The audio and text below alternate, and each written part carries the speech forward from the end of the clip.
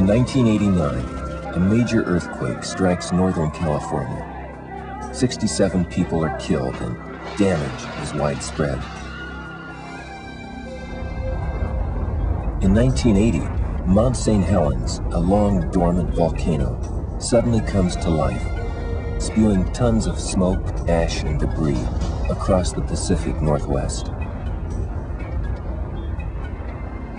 In many places around the world, layers of the Earth's crust have been raised into towering mountains.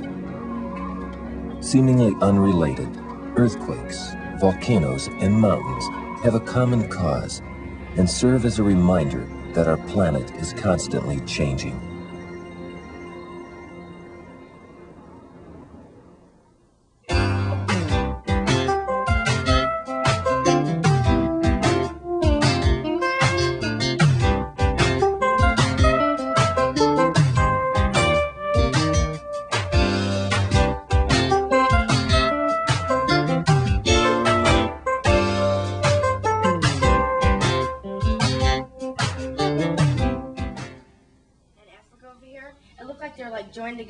When you look at a globe of the Earth, it is easy to think that our planet has always looked this way, that the continents and ocean basins are where they've always been and where they will always be.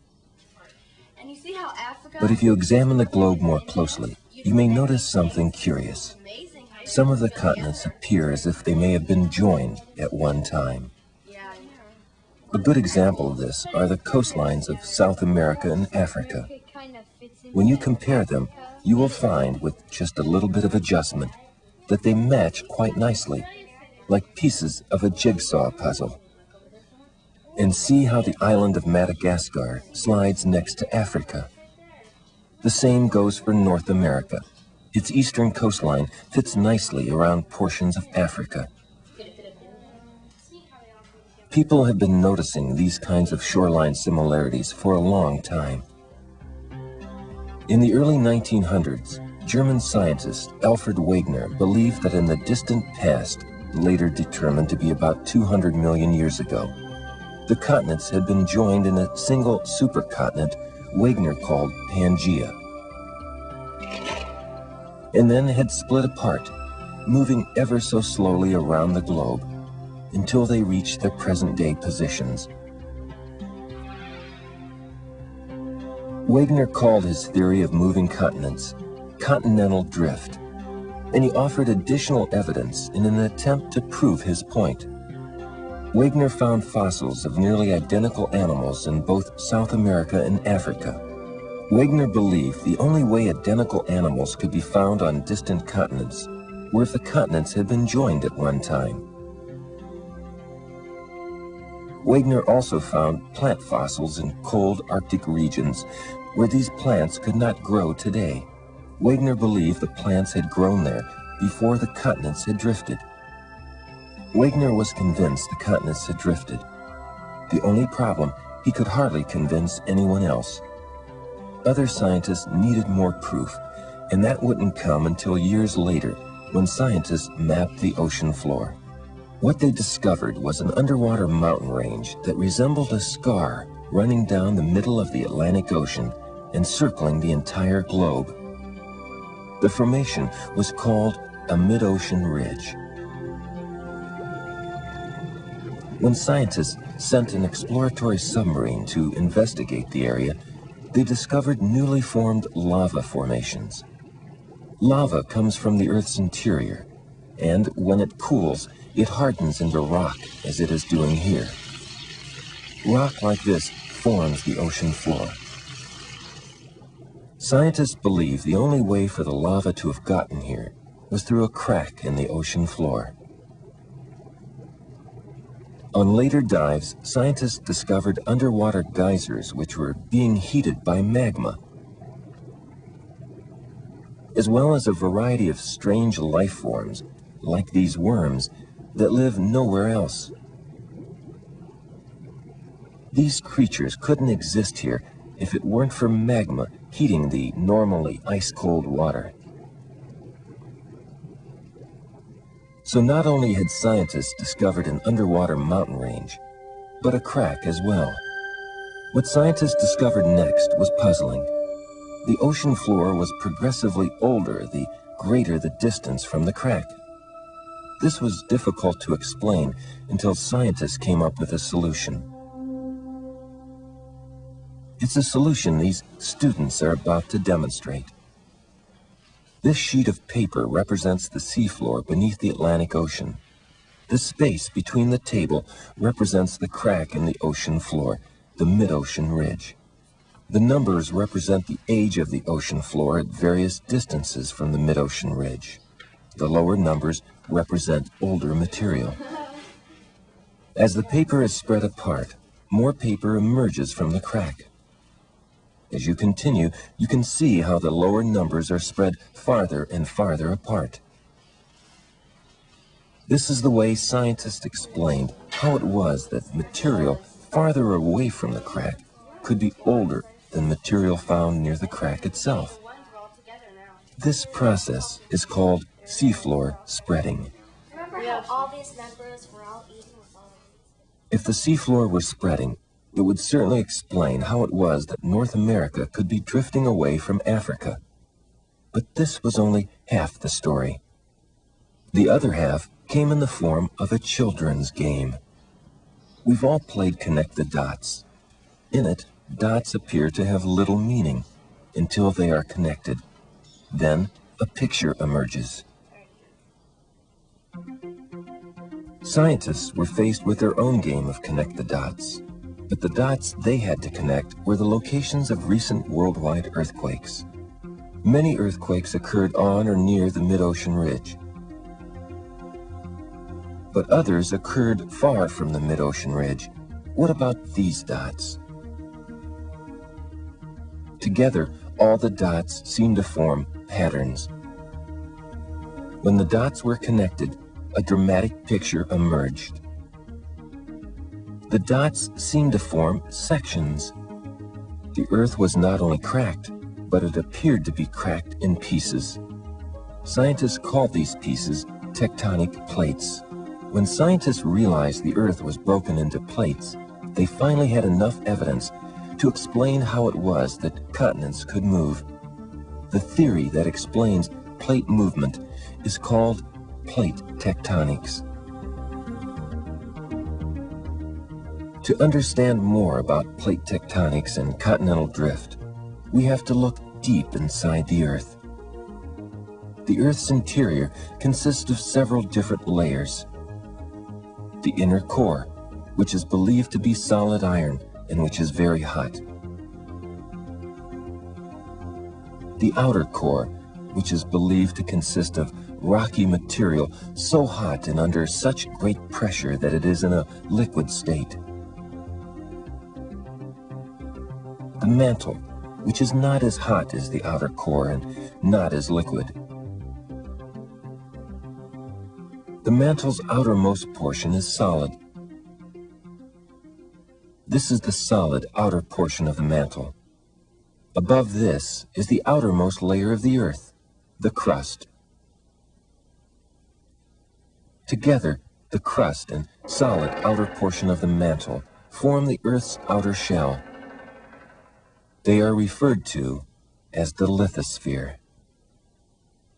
It's not always easy to see the Earth's crust. It's covered by vegetation and the oceans. But if you could drain the Earth's oceans and strip away our planet's vegetation, the Earth might look something like this. Now we can see the Earth's hard outer shell. And if you look closely, you can also see the shell is cracked. The red glowing lines mark the places where the Earth's shell is cracked into tectonic plates. Each plate carries a continent, or an ocean basin, or sometimes both. The plates are moving at an average rate of 1 to 2 inches a year in a variety of directions, carrying continents and ocean basins with them. Here's why the plates are moving. Scientists believe material in the mantle is circulating much as it is doing here. The movement may be caused by heat within the mantle. You can get an idea of how heat can cause a circulating movement by watching rice as it boils. What you see happening within this beaker is similar to what's happening within the Earth's mantle. As mantle material moves, perhaps only inches a year, it causes the plates above it to move as well. In some places, plates are moving in opposite directions. They are moving apart. The area where two plates are moving apart is called a divergent boundary. In other places, plates are colliding. The area where two plates are colliding is called a convergent boundary. And in other places, plates slide past each other. This area is called a transform boundary. This is a cross-section of a divergent boundary, the mid-ocean ridge, located beneath the Atlantic Ocean. The North American plate is on the left, and the Eurasian plate is on the right. Scientists believe that as the plates move apart, mantle material called magma rises to fill the gap. Magma is the name we give lava before it erupts from volcanoes, as it is doing here. The magma cools and hardens on the ocean floor, adding new crust to old. And as the seafloor spreads, North America moves farther away from Asia. The highlighted area on this globe shows where magma is surfacing between plate boundaries beneath the oceans, creating a mid-ocean ridge that circles the Earth. The ocean floor spreads in one direction on one side of the ridge, and in the opposite direction on the other. The mid-ocean ridge is where plate material is created. And this is where plate material is destroyed, a convergent boundary. In this cross-section, the plate on the right is carrying an ocean basin and is moving in this direction. The plate on the left is carrying a continent and is moving in the opposite direction. The plate carrying the ocean basin is heavier and is diving beneath the plate carrying the continent. The leading edge of the diving plate is consumed back into the Earth's mantle. When one plate dives beneath another, it is called subduction, and the area where it occurs is called a subduction zone. Subduction may resemble what is happening on this lava lake, as sections of hardened crust dive beneath other sections.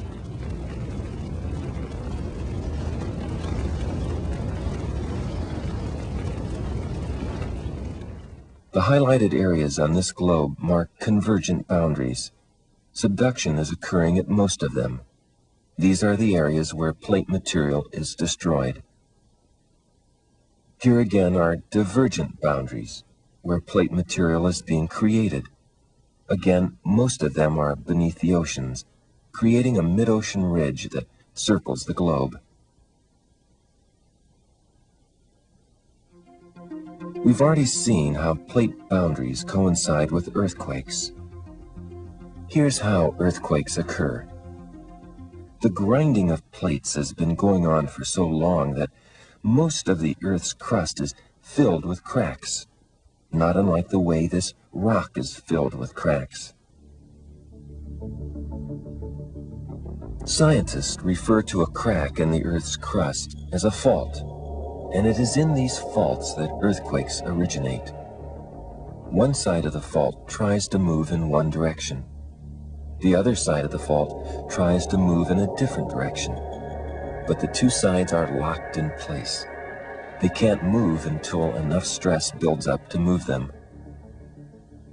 If you were to bend a stick slowly, you would find that it won't break until sufficient stress builds up. Oh my gosh. Oh, wow. Look at that. And that's what happens deep underground. The fault will remain locked until enough stress builds up, and then it will suddenly release. One side of the fault sliding past the other with a tremendous burst of energy. The energy released is in the form of seismic waves, which radiate or move outward. If you've ever thrown a stone into a pond, you've seen waves move outward in all directions. The waves in this pond are similar to the waves of an earthquake. If the disturbance is big enough, the waves will eventually reach the surface, where they can cause considerable surface movement. Earthquakes occur near divergent boundaries, convergent boundaries, as well as the third type of boundary, a transform boundary. The Loma Prieta earthquake in 1989 occurred near a transform boundary. The fault that is associated with this boundary is over 500 miles long and slices its way past several major cities. It is among the most active faults in the world. Earthquakes occur along the fault with frightening regularity. We've seen how earthquakes occur near plate boundaries. The same is true for volcanoes. These symbols mark the locations of active volcanoes. Most of them occur near plate boundaries, and some of them form a circular pattern when connected. This region of the world is referred to as the Ring of Fire, and it includes some of the world's most destructive volcanoes. Most volcanoes occur near subduction zones. As one plate dives beneath the other, tremendous heat and pressure are created, causing solid rock to liquefy into magma. The magma rises in large globs into the plate carrying the continent. Eventually, the magma stops rising. Some of the globs may form a magma chamber. As more and more magma adds to the chamber, pressures build. Some of the magma finds its way to the surface, where it can erupt, spewing forth lava, gas, volcanic ash, and debris. The eruption of Mount St. Helens in Washington State in 1980 occurred in much this same way. In a matter of seconds, much of Mount St. Helens was blown away, the mountain literally losing its top. 62 people were killed, and forest and animal life were decimated.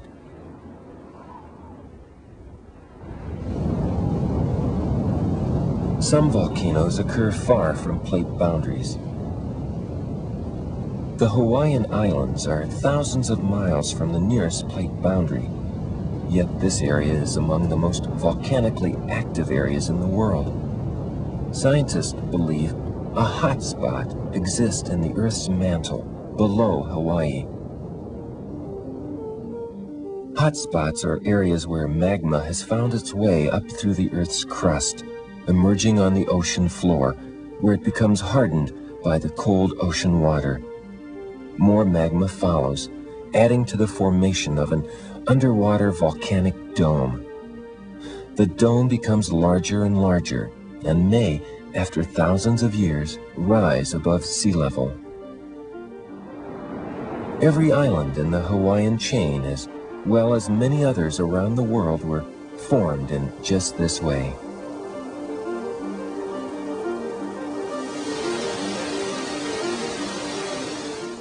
Hotspots are stationary.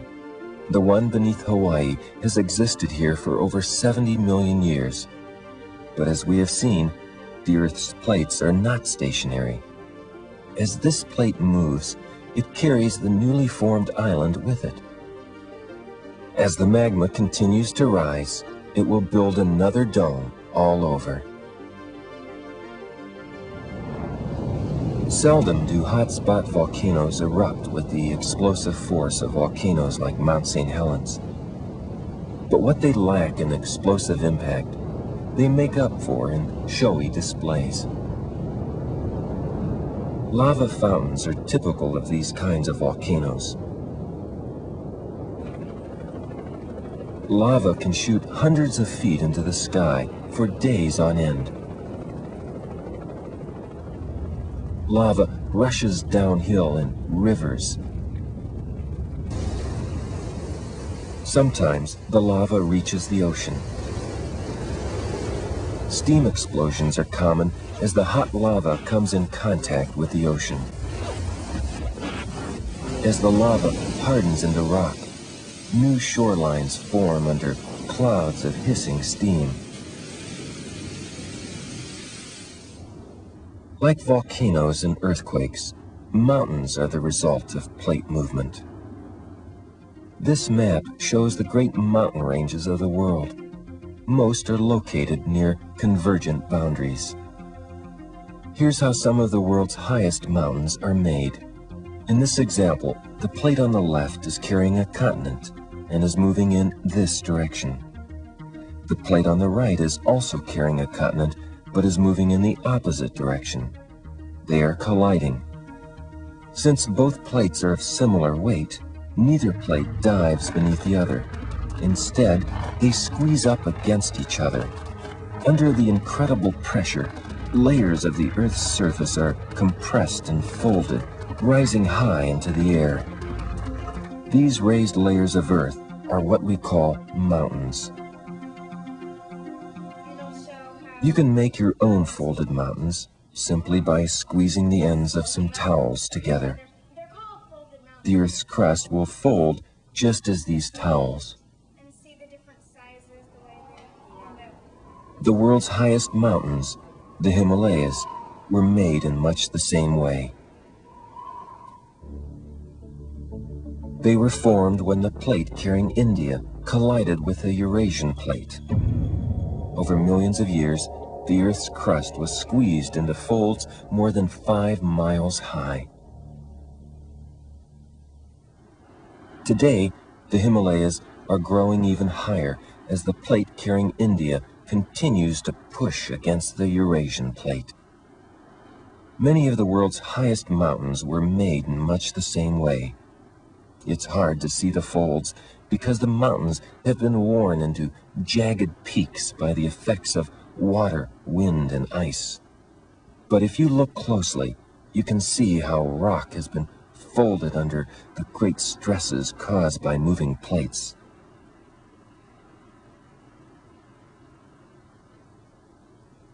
This outline gives you an idea of what these mountains may have looked like when they were much younger. Mountains are the highest places on Earth, so it's remarkable what you can sometimes find there. Fossils of sea life can be found in just about every mountain range in the world.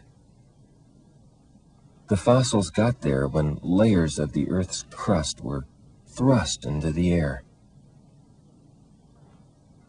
In this program, we've seen how the Earth's continents were once part of a single supercontinent called Pangaea, and that about 200 million years ago, this supercontinent broke up into separate continents and, moving several inches a year, reached their present-day positions.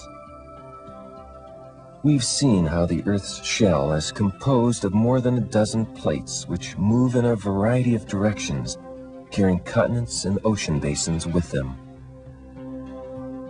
We've seen that there are 3 types of plate boundaries: divergent boundaries, convergent boundaries, and transform boundaries. We've seen that most divergent boundaries occur under the ocean, where magma rises to fill the gap left by diverging plates. The ridge created by rising magma is known as a mid-ocean ridge. A mid-ocean ridge circles the planet, and it is an area where plate material is created. We've seen that some convergent boundaries are areas where plate material is destroyed, as one plate dives or subducts beneath another. We've seen that folded mountains are made where 2 plates carrying continents collide head-on. Finally, we've seen how plate boundaries coincide with the occurrence of earthquakes, volcanoes, and some of the world's highest mountain ranges. When you look at a globe today, you are looking at a moment in time. While we can't see it, the continents continue to move farther and farther apart. About 100 million years from now, the continents will stop moving apart. They will then change directions, coming together once again. 250 million years from now, the world may look something like this. The continents once again forming a supercontinent. It will be a world much different from the one we know. Ocean waves will break upon new shorelines. Towering mountains will rise in places that are now flat. And earthquakes and volcanoes will continue to shape the new land.